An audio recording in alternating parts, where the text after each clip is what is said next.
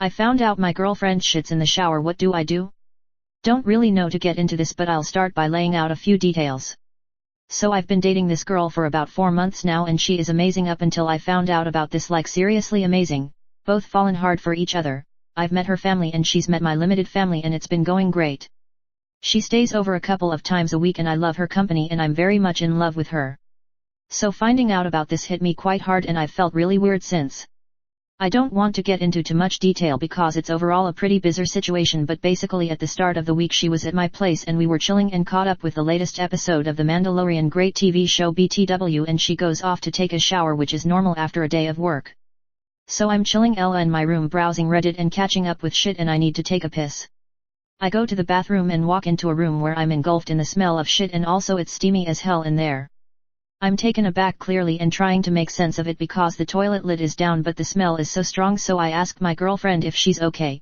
She says she's great and she's nearly done, she's just trying to get rid of this. At this point I'm horrified and as I approach the shower curtain, it's a black curtain so I can't see shit. I kinda realize what she's done and I pull back the curtain and she faces me to smile at me and I look down and there's about half a shit clogging up the drain and she's clearly been trying to stomp it down. I had a lot of emotions running through my head all at once: horror, disgust and surprisement, mainly at her reaction of me walking in on her trying to waffle stomp a shit down the fucking drain, and I couldn't get my head around how cool and collected she was. I basically just said, "WTF are you doing?" and TBH her reply was more of surprise at my reaction of seeing what she was doing, as in she didn't see the big deal about it and didn't get why I was so horrified. It was fucking weird. I left the bathroom obviously and we had a talk about it and she thought it was a normal thing to do. She needed a shit and just went for it. Apparently she was raised in a household where that was a normal thing to do and I just couldn't comprehend it. After a while talking she reassured me she didn't do it all the time but just whenever she needed a shit while in the shower. I tried explaining that this was definitely not normal or a cool thing to do whatsoever and she kind of flipped it back on me as if I was shaming her and got upset. Like I said, I love this girl but this has properly rocked me and I don't know what to do. Sorry for poor grammar and formatting and how long this post is, but I had to get this off my chest as I don't feel like telling anyone else and embarrassing her further. I use the loud ass hand dryer while people are pooping so they can feel comfortable enough to let it rip. I'm a nervous POOER in public and every time I go to bathroom at work and someone walks in, I hope to God they use the loud ass hand dryer to drown out the noises I make. I imagine everyone else is like this, so after I finish washing my hands and someone is still in there pooping, I turn on the dryer so they can quickly let it rip without being embarrassed about their sounds. I'm the reason behind Tumblr's NSFW ban, at least I think I am. I started using Tumblr maybe 2 to 3 years ago, mostly for aesthetic photography, fashion, and memes. I didn't come across porn until last year. So of course I started to browse through all the pictures and videos. Until I found a whole community of pedophiles. They called themselves MAP, minor attracted person. There were a lot of child PRN there. Kids naked, in suggestive poses, adults confessing to molesting their own kids, siblings, neighbors, etc. I think the worst was pedo parents looking for other pedo parents to swap kids for you know what. I cried for days after seeing all this and didn't dare touch Tumblr. After a few weeks I went back and reported as many accounts as I could find. I was reporting over 20 accounts every day for more than a week. One day I couldn't find any of those pedo hashtags and the NSFW option was also gone. So I looked it up and it was on the news. Tumblr bans NSFW pictures due to recent discovery of child PRN. For a while it worked. I didn't see anything weird. But the staff did a horrible job and porn is back again. And so are the pedos. I don't use Tumblr anymore. I once picked up a transsexual that looked exactly like a 8/10 biological woman. When I got back to her place and found out she was carrying more luggage than expected, I sighed and put my ego aside. I lifted her balls and entered her in missionary. All I can remember is how beautiful her face was. I've lied to my blind best friend for a couple years. So my buddy from high school was in a bad car crash in 2014 and ended completely blind.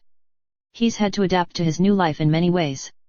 It was obviously not easy for him and he was starting to go downhill. He would avoid getting out of his house at all cost and started to drink a bit too much. That's until he met, let's call her Clara. She's a really good girlfriend. She's smart, caring, funny, has a decent job and most importantly she makes him happy again. Now, My friend is a bit shallow and really cares about appearance. I do realize the irony, so the first time he introduced her to me he asked me how she looked like and I convinced him that she was really attractive when in reality she's very not. She's not hideous but just really odd looking. I figured she makes him happy. Why not let him think he's dating a young Angelina Jolie? I returned a stolen camera to afford my university. I returned a stolen camera at sinlist.com since 99707 to afford my university application fee. I don't regret it. I'm super poor and my family is abusive and I had no money. I stole a camera from Walmart. This was a year ago and returned it without the receipt and got a store credit. I used that to then purchase a prepaid visa. I got into the school.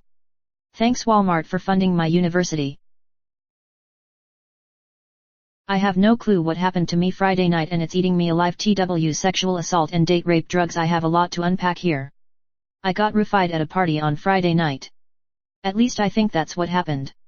I have had alcohol enough times to know my limits. I only had 1 cup of twisted tea and couple of White Claws over the course of several hours and should have been totally fine. Maybe teetering the lines of tipsy and drunk, but I should have been so far from blacking out. I even went drink for drink with my best friend who is smaller than me and has a lower alcohol tolerance than I do and she was completely fine. However, my last memory is of dancing with her and a guy I was into, feeling buzzed but completely coherent, and then everything else is blank. Until I woke up on a couch I was unfamiliar with and no clue how I got there. I just had on someone else's shirt and my underwear and that was it. I could tell I was in some common area and I assumed I was still at the frat my friend and I had been at the night before. I heard laundry machines so I walked toward that sound and saw a girl, which was confusing considering I thought I was in a frat. I asked her for help and she got me pants and shoes. She told me I was actually in the basement of a dorm building, let's call it Dorm A, at the university I go to. Now I'm a sophomore and a transfer student. I have never been to any of the dorms on campus. I had never heard of Dorm A before, I had never been there, I don't know anyone who lives there, and I was very confused. The horrifying situation I was in was starting to sink in as I waited for my friend to come pick me up. I was really sore and bleeding from my vagina and could tell someone had had sex with me and I had no clue who. I didn't feel hungover in the slightest. I had bruises around my neck that could have been hickeys but they also matched the size and pattern of fingerprints. I didn't even remember leaving the frat party, which was on the other side of town, let alone how I got into this secure building that someone would have had to let me into. I didn't have my phone, shoes, or any clothes from the night before except for my underwear. My friend eventually picked me up and took me to the hospital. I spent all day there getting a rape kit done and talking to the police. I had an adverse reaction to antibiotics they gave me and spent the rest of the night throwing up. My clothes, phone, and key to my apartment were lost, so I had to stay at a friend's house. Now to what I now know but still can't remember. My best friend I went to the party with, let's call her M, helped me to fill in some of the gaps of what happened the night before as we sat in the waiting room of the hospital. She told me that I seemed completely coherent all night. She was me. She told me about conversations we had that I have absolutely no memory of. I wasn't slurring my words or stumbling. I seemed completely myself. She told me I went home with the guy we were dancing with, let's call him X, and that I had even texted her that I was okay. Now this is a little strange. I never text M because for some reason, my phone doesn't let me receive messages from her, so we always talk over Snapchat. She didn't think that much of it though, and I try not to either. Now what X told me. He said I went home with him and we fooled around a bit. This made me feel a little bit better because it could explain the soreness. Until he told me that we didn't have sex because he decided we were both too drunk, and so he gave me a t-shirt and we went to bed. However, this t-shirt is not the one I woke up in. He said he woke up and I was gone. He checked the bathroom and I wasn't there. He was reasonably confused because my clothes, apartment key, and shoes were still there. The dorm I woke up in was not the one he lived in and was actually about a block or so away. My phone ended up being returned by someone who told me they found it on the ground somewhere. I have no clue what happened to me, how I ended up in that dorm, whose shirt I was wearing, and why I felt so sore. I'm terrified of what could have happened and that I might never know. Talking to M and X didn't help me recall any memories from that night. And I think I might go insane thinking about it. And that's all I know. I don't have a satisfying ending or any question to ask. I really just needed to get this off my chest. If you made it this far, thank you for reading. I apologize for grammatical errors, spelling errors, and the general disorganization of this post. I'm still feeling pretty rattled and trying to process it all. Because this just happened, the rape kit hasn't been processed and the police investigation has just started. I will post updates if that's something that would interest anyone. Please be safe. You never think anything will happen to you until it does. See. I see every guy I meet as a potential partner. I'm a virgin female. Whenever I see a guy, I can't help but fantasize about him. Is it just me? Or am I hypersexual? Or just desperate to get laid? I'm a man and I cried for the first time yesterday. Basically I was just playing my Xbox and my dog was lying next to me. He was sleeping so peacefully and nothing was out of the ordinary, but he suddenly had a bad seizure and sadly passed away. It was heartbreaking to watch. I miss him so bad and I haven't felt right since. It's rough. I don't believe the religion my parents birthed me into, and I'm acting like I do for their sake. First time poster, bear with me. Ever since I was a baby, my parents taught me and read me Bible stories.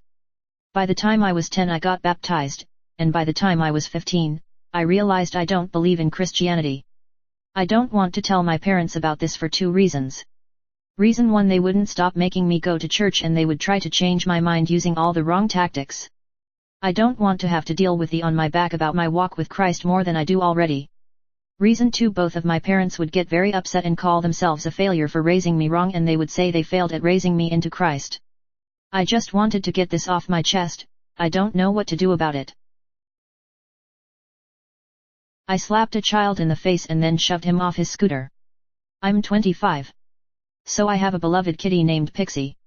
She was around 4 when I found her on the street. She had a rubber band tightened on half her tail.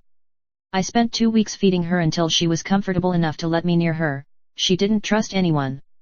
I took her in, cleaned her up, and got the dead portion of her tail amputated. After 5 years, she finally warmed up to people and she became so sweet and friendly. It took her years to be comfortable around strangers. Last month, she was out for her daily stroll around the neighborhood and immediately came back in through the kitty door 20 minutes later. Usually she is out and about for 2 to 3 hours. She had 2 small holes in her chest, and 1 near her butt. She was completely frightened and was crying, meowing. She wouldn't even let me go near her for the first 5 minutes. I knew for certain that she was shot with metal BBs. I take her in my car and start driving to the vet, but took a quick detour around the neighborhood. I was going to take the long way to see if I could find the culprit. Sure enough, I see a kid on a scooter standing on his driveway, with a CO2-powered BB gun, aiming in the drainage cavity by the sidewalk. I see cats in there all the time. It was then I knew who the culprit was. I parked the car, got out, walked over to him and said, "I'm telling your parents that you are shooting cats." He replied, "They are pests, they told me I could." The smug little look on his face threw me over the edge. I slapped the fuck out of this bitch, and kick-sweeped his legs out from under him and watched him fall flat on his ass. I then picked up his gun and smashed it on the ground. A small part of me wanted to finish him off with a stomach kick for good measure, but I'm fucking 25, so I looked both ways before crossing the street, and fucking bolted. As I hopped in my car and sped away, I heard him shrieking in the distance. My kitty was treated, and is doing okay. She is a lot more skittish and spends less time outside. Sometimes I comment on new posts that are shit just to make the person feel better. It also gives me the opportunity to talk to some people, which I need more of in my life. Today I drove on the interstate after 6 years. I have horrible anxiety. 6 years ago I was able to drive on the highway, but when I met my abusive ex, he put a stop to me driving. I lost my confidence and my anxiety on the road skyrocketed. I recently left him, 5 months ago, and have been trying to gain my independence again. Today I did it. I drove 20 minutes on the highway to the next city. My anxiety was crazy, but I didn't freak out. I felt so accomplished that I drove back too. I have to credit my friend because she kept my mind occupied so that I didn't freak out. I'm just so happy I was able to make it. I am like 95% lesbian, and I know this is disgraceful to women everywhere, but if I had the chance to have sex with Austin Powers and was single, I'd do it in a heartbeat. I know it seems so trashy, LMAO. I've had a crush on him since I was 15. Battling with my sexuality. IF20 am seriously battling with my sexuality right now. I've always known I had a thing for girls, but it seems to get stronger by the day. Recently I got very drunk with my group of friends, all female BTW, and one of them kissed me and I can't stop thinking about it. I really don't know if I should explore this or just leave it, because I come from a very religious family and the possibility of me wanting to be with a girl might tear my family apart. I'd rather work more and spend more on rent than have roommates. I don't care how this is not frugal. I value my independence and privacy. I always hated people living with me. I hated not being able to walk without pants or a skirt. I hated people eating my food. I hated people leaving trash all over my house, or playing loud music. Just being there fucking irritated me. I'd rather spend double than have a roommate. The only exercise I got today was getting up from my chair, go outside my room, fart, and come back. My little sister killed her hamster, but I played it off. My little sister is 6 and I got her a hamster for her birthday a few months ago. Honestly, it was really mean and bit. One time I let her take him out of his cage for a minute and he bit her really hard, and as a reflex reaction she moved her hand quick and the hamster fell and died. I just took her to the bathroom to clean off the blood, ran back to the hamster before she could notice and put it under in his bed hideout thing and said she couldn't hold him again. She still really loved this hamster for some reason and would be crying in hysterics if I told her he died. So the next day I drove and bought a new one. This one's friendly, thank God, and she never noticed. I'm taking my stuff and running away to try and live by myself and pursue my interests today. I'm packing my bags and leaving my home to go to a place in Virginia that I've decided is best to pursue my interests. It's close enough to Richmond for auto racing cars, close enough to Washington, D.C. for history, and it has a main Amtrak line for trains. The place I live now isn't good enough for me, nor is the situation I'm in. I'm hoping this will change my life for the better. As a lesbian, the LGBTQ and community is more hostile to me nowadays than the cishet community. I really need to get this out. Throw away because friends of mine follow my main account. I am a girl. Just turned 18 years old. I am a lesbian. I am homosexual. I am attracted to vaginas and biological female bodies. This means that I could be attracted to both cis women, and technically, pre-op trans men. However, even if a trans man wasn't at all passing, they'd still be out of my dating pool because they are men and I wouldn't want to invalidate their gender, because I don't like men. I fully support trans rights. If someone is 18 years old and wants to transition, they should absolutely be able to do so. If someone is trans, they're trans, and should absolutely be respected regardless of their identity. By writing this rant, I don't mean to discredit or attack anyone who is trans simply for the fact of being trans. I'm upset with people for being vile, not for being transgender. Anyways, I've been a victim of homophobia, like most gay people. My parents aren't accepting of my identity. I've been called slurs, and I've been harassed. I've been touched by men trying to turn me straight. But lately, nothing has been more detrimental to my mental health than wounds inflicted by the LGBT community itself. For those unaware, it is now controversial to say lesbians like women. There's a movement of people in the LGBT community that are campaigning for bi-lesbian and pan-lesbian rights, saying that women can like men and people of other genders, and that the term lesbian should be redefined as someone attracted primarily to women rather than someone attracted to women. Despite it being common sense, I've been sent death threats for saying that lesbians can't be bisexual. The notion that bi-lesbians existed reminds me of a boy who touched me in class sophomore year, trying to convince me I was bi, or that, even though I was an out lesbian, that I liked men. The main reason though is violence towards lesbians who do not want to date trans women. Like I said, I believe trans women are women. They're just a different type of women. Since sex is important to me in a relationship, I would not want to date a trans woman because they do not possess genitals that I am personally sexually attracted to. If other lesbians do find themselves attracted to trans women, that's completely fine. Before getting sexually intimate, I think trans people should express to their partner that they are trans, so people aren't surprised when genitalia gets involved. Expressing these beliefs, however, is seen as transphobic. I've been banned from LGBT subreddits for expressing these ideas, and have received, yet again, threats for expressing them.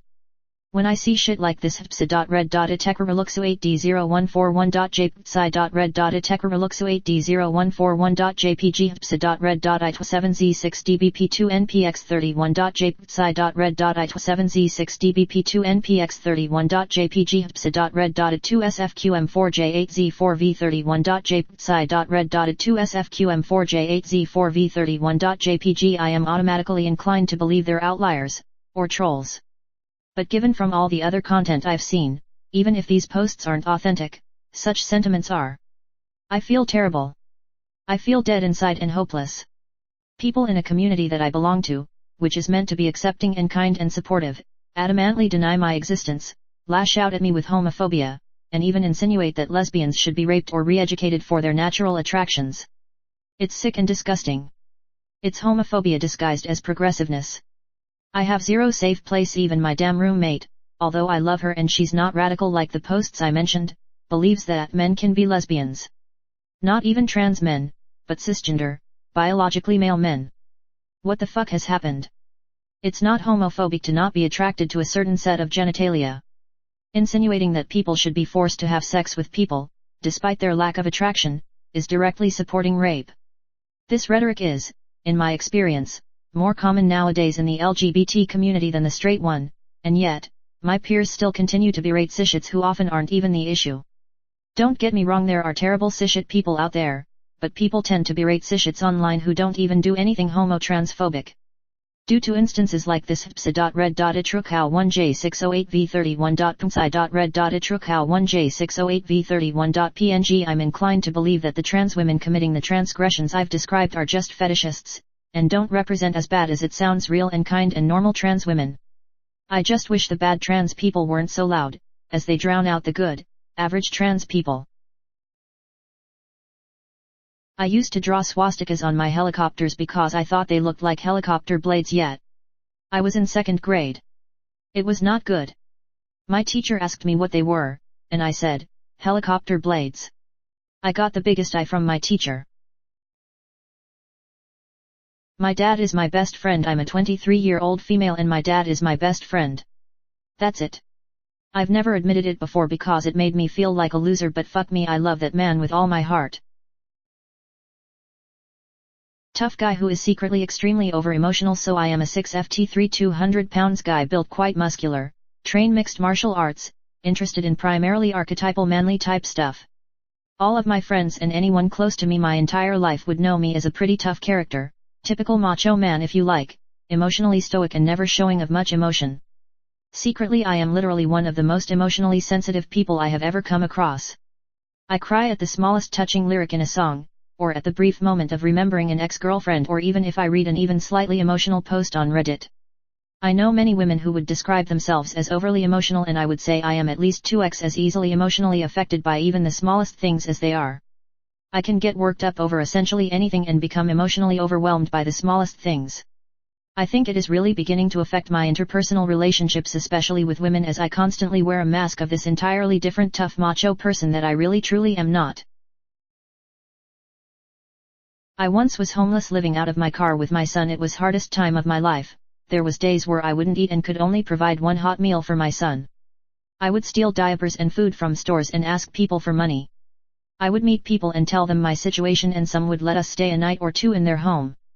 Which was nerve-wracking and very dangerous. After about 2 months the police had caught on to me, and for a big city of upwards 1.5 million people they all knew me. I got pulled over 6 times in a 4-day period. Eventually going to a homeless shelter and finding out what I already knew, that wasn't any better health-wise. By the 3rd day, we both had food poisoning, bed bugs, and toys and clothing stolen from us. I lasted a 5 days there and was able to get funds to drive the rest of the way to our destination with family. My son and I have a bond like no other, and I'm so blessed to have his love and comfort in me. I'm broke and we will not be affording Christmas this year. I'm a little bummed. I understand. We need to make rent on the 1st. We have no money for bills. We have to buy food for all the animals we foster and rescue.